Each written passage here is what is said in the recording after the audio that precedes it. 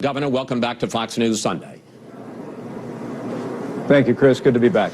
Let's start with breaking news on the debate story. After the Clinton camp announced that it was inviting billionaire and Trump critic Mark Cuban to sit in the front row at the debate, Trump invited Jennifer Flowers, who once had an affair with President Clinton, to also sit in the front row, and she has accepted that invitation. Two questions. Why would Trump do that, and will Jennifer Flowers actually be there tomorrow night? Well, look, Hillary Clinton apparently thinks this is an episode of Shark Tank, but this is America, Chris. It's serious business. The American people have an enormously important choice to make, and Donald Trump's tweet was really mocking the fact that Hillary Clinton was trying to distract attention away from this moment in our national life where the American people are going to see a strong contrast between the broad-shouldered leadership of Donald Trump, who's prepared to rebuild our military, reduce taxes, repeal Obamacare, stand by our Constitution, and make America great if I may, sir, because we've got limited, who simply offers a third Obama term. I don't want to ask you, will Jennifer Flowers be there? Jennifer Flowers will not be attending the debate tomorrow night, but Donald Trump was using the tweet yesterday really to mock an effort by Hillary Clinton and her campaign to really distract attention from where the American people are going to be focused tomorrow night, which is on the issues. It's about the choice that we face. I mean, Hillary Clinton essentially wants to continue the policies of this administration that have weakened America's place in the world, stifled America's economy, walked away from our most cherished constitutional principles, and I can't wait to see the debate tomorrow night, because I just know that Donald Trump, who is a leader who literally embodies the American spirit, is going to be able to present that message and present that choice to the American people. But Governor Pence, I've got to ask you, because there's a Wall Street Journal poll we'll be talking about at greater length later that shows that people's top concern about Donald Trump is, one, his temperament, and two, his language, especially towards women. So why would Trump even go down the road of bringing up Jennifer Flowers, who once had an affair with a president? Well, the question really should be, why was Hillary Clinton in her campaign, inviting some celebrity basketball team owner to the debate to sit on the front row, someone who has mocked and ridiculed my running mate? Do you really see those two as equivalent? Do you really see those two as equivalent, Mark Cuban and Jennifer Flowers? Well, look, Mark Cuban has been out there saying some pretty tough stuff about my running mate, but Mark Cuban knows about as much about national security as I do about professional basketball. But the truth is that Donald Trump has a unique way of communicating to the American people, and I think his tweet yesterday was all about demonstrating that here we have in Hillary Clinton and her campaign just a couple of days before a debate of enormous importance in the life of our nation. She was trying to distract attention, her campaign trying to play games with front row seats, and Donald Trump's not about that. He's going to focus in this debate tomorrow night, as he has throughout this election, on the issues the American people care about. And I think that's why you see the momentum in this campaign. As I here in Iowa last night, before an enormous crowd here, I was in North Carolina earlier this week, in Williamsburg, Virginia, in the pouring rain with 650 Governor, people. I don't mean to interrupt, but I want to try to get this campaign, and that's why Donald Trump is on his way to the White House. I want to try to get to some questions. You say you want to talk issues. Let's talk issues, because one of them clearly in the first debate tomorrow night, in the wake of the shooting in Charlotte this last week, is going to be race and policing. After looking at the videos that were released by Charlotte police last night, does Donald Trump, and do you believe that the police acted reasonably in the shooting of Keith Scott? Well, I have seen the videos, and I think at this point we need to let the investigation go forward. I was in North Carolina yesterday, and I think we should pray for the families of those who lost their lives in these police action shootings, both in North Carolina and in Oklahoma. We mourn with those who mourn, and we do well to remember that any loss of life is precious. The American people are entitled, the people of Charlotte are entitled to swift and immediate investigation that's transparent, and be confident that justice is served. But people are entitled also to peaceably assemble, but they're not entitled engage in violence against persons or property. I'm pleased to see now for several days in a row those demonstrations have been peaceable. But at the end of the day, we also need to step away from efforts by Hillary Clinton and others to paint law enforcement in this country with the broad brush of racial bias. Hillary Clinton this week, before all the facts were in the wake of an African-American police officer involved in a police action shooting that cost the life of a citizen in Charlotte, referred to the implicit bias in policing. Donald Trump and I don't believe that law enforcement in this country is a force for racism or division. Donald Trump and I know what the American people know, that law enforcement in this country is a force for good. Police officers, whether they be white or African American or Asian or Hispanic or Latino, right. Police officers in this country are the best of us. They put their lives on the line for us every day. So we just truly do believe that let these investigations go forward. Let the public be confident that the facts will be presented, justice will be served. But let's set aside these efforts to demean law enforcement in this country with the broad brush of racism and move forward in a way that supports law enforcement. Governor, here is one of Trump's main solutions that he laid out this week to try to stop violence in our inner cities. Here he is. I would do stop and frisk. I think you have to. We did it in New York. It worked incredibly well. And you have to be proactive.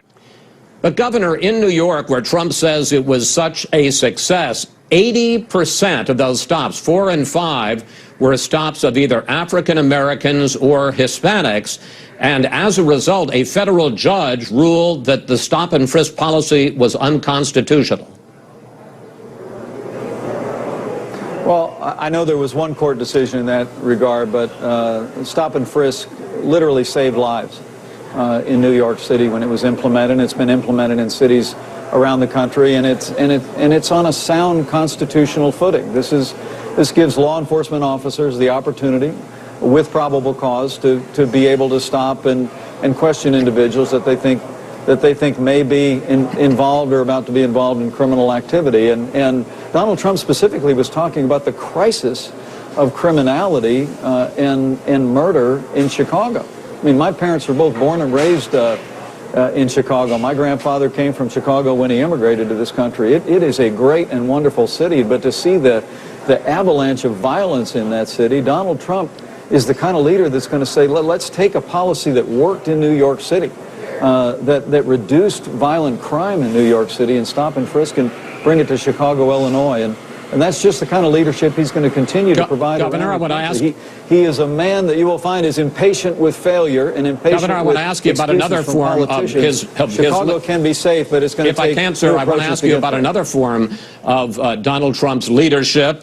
In the wake of the New York bombing, another big topic on Monday night is likely to be how to protect the homeland, and here's what Trump said about that.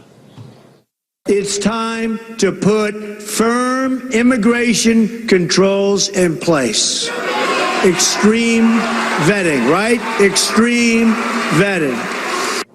But Ahmaud Rahami, the suspected bomber, came to this country as a child in 1995 and is a naturalized U.S. citizen. So how would extreme vetting have prevented Rahami from these bombings that he allegedly committed? Well, Chris, last week there were several terrorist attacks. There was one in Minnesota, knife-wielding terrorist in this country, legally under the color of the law, injured 9 people. Thankfully, no loss of life. We had Mr. Rahami involved in terrorist bombings in New Jersey and New York City, and we don't know the motivation of the permanent legal resident in Washington State who took 5 American lives last night. But I think what you heard Donald Trump talking about was just simply we need common sense back in our immigration policies in this country. We need to begin to recognize that we are at war with radical Islamic terrorism. Hillary Clinton won't even name radical Islamic terrorism.